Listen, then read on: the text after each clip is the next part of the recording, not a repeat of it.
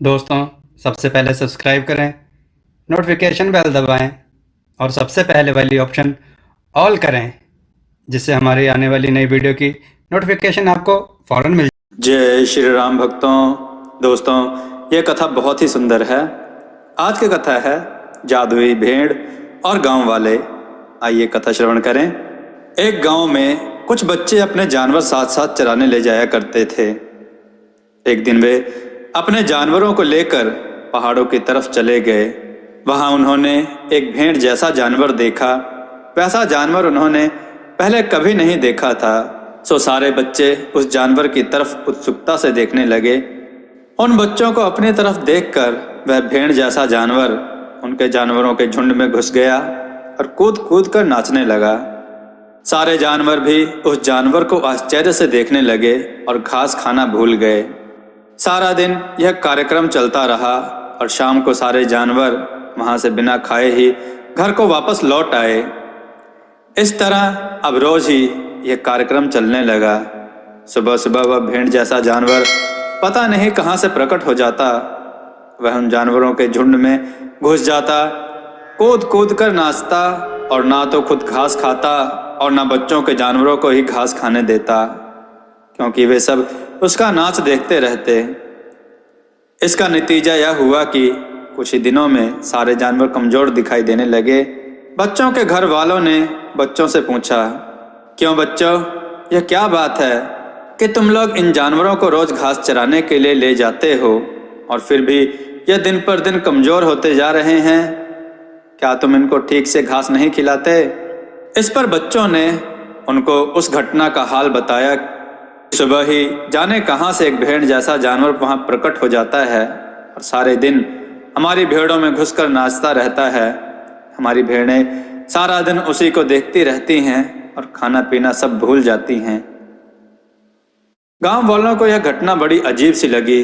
सो उन्होंने सोचा कि क्यों न वे अगले दिन खुद ही उस अजीब जानवर को चलकर देखें।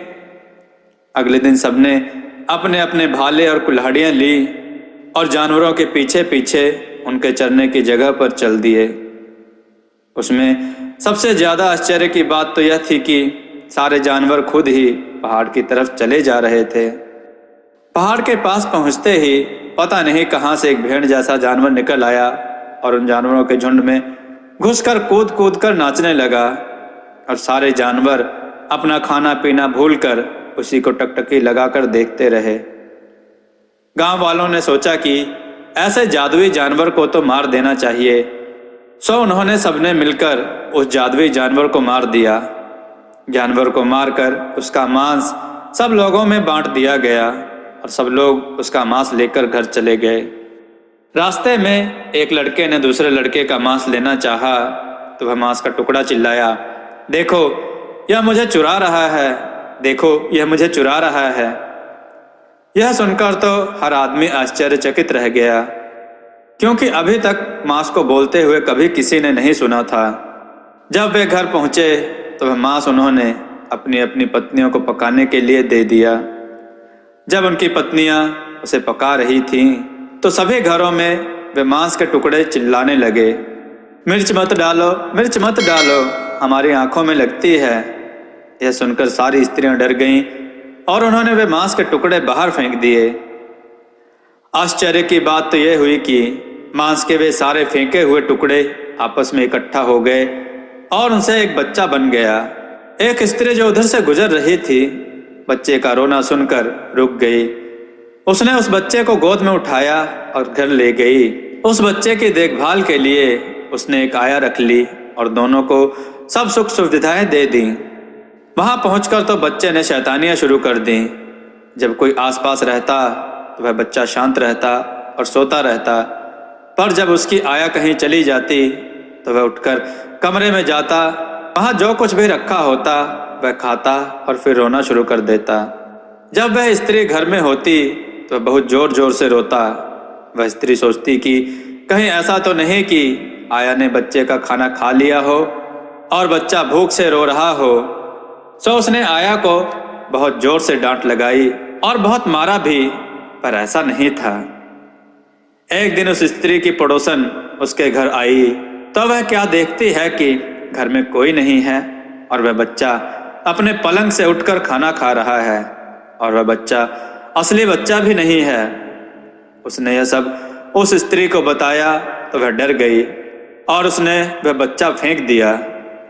अब उस बच्चे ने एक चक्की का रूप ले लिया। एक दूसरी स्त्री जो उस रास्ते से जा रही थी, उसे चक्की की जरूरत थी, सो वह उस चक्की को अपने घर ले गई। पर जब भी वह उस चक्की में अनाज पीसती तो उस अनाज में से आधा अनाज गायब हो जाता। इस तरह वह चक्की खूब खाती। एक दिन उस स्त्री को गुस्सा आया तो उसने उस चक्की को मार मार कर तोड़ दिया। चक्की तोड़ने पर उसको उस चक्की में से खूब आटा मिला। चक्की के टुकड़ों को उसने बाहर सड़क पर फेंक दिया। अब चक्की के उन टुकड़ों ने एक थैले का रूप ले लिया। एक आदमी उधर से जा रहा था, उसने सड़क पर वह थैला देखा तो उसे उठा लिया और उसे इस्तेमाल करने लगा। एक दिन वह थैला लेकर किसी दूसरे के घर में घुस गया और वहां से अनाज चुरा कर उस थैले में रखने लगा। इतने में ही वह थैला जोर जोर से चिल्लाने लगा, देखो देखो, यह आदमी अनाज चुरा रहा है, देखो यह आदमी अनाज चुरा रहा है। यह सुनकर वह आदमी डर गया और थैला वहीं छोड़कर भाग खड़ा हुआ। इसके बाद उस थैले ने एक पैजामे का रूप रख लिया। पास में एक खेत था, सो उस खेत का मालिक जब अपने खेत पर आया तो उस सुंदर से पैजामे को देखकर उस पर मोहित हो गया और उसे पहन लिया। पहनते ही वह पैजामा अचानक ही गंदगी से भर गया। किसान को यह देखकर बड़ा आश्चर्य हुआ कि मैंने तो इसमें कुछ किया नहीं, फिर यह गंदगी इसमें कहाँ से आ गई। उसने तुरंत ही वह पैजामा जलती ही आग में डाल दिया। इस प्रकार दोस्तों, आग में पड़ते ही वह पैजामा जलकर राख हो गया और उसमें से अजीब अजीब तरह की आवाजें आने लगी।